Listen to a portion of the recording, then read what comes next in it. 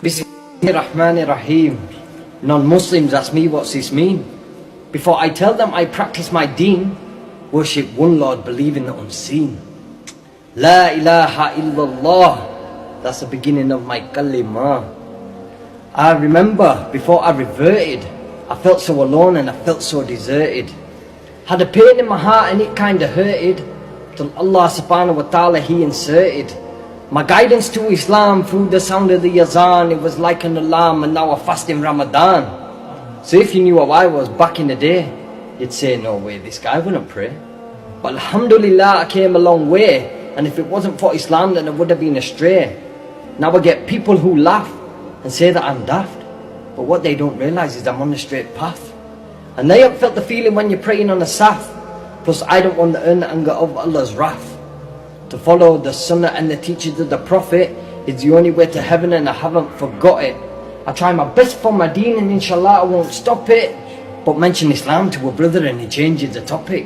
He's more like MC Chippy in the back of my car. I reply, astaghfirullah brother, that's guna. Living my own life won't get you far.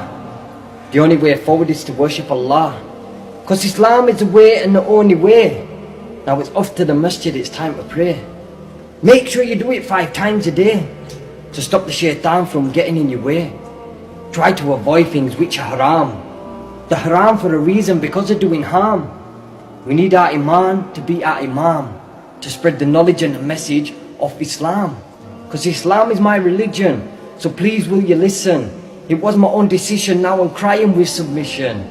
Whether you're an Asian, black or Caucasian, it doesn't matter about your nation, no frustration in prostration. Being a Muslim is my fate. I'm glad it happened, could have been too late. Allahu Akbar, Allah's great. With all His mighty did create the world we live in today.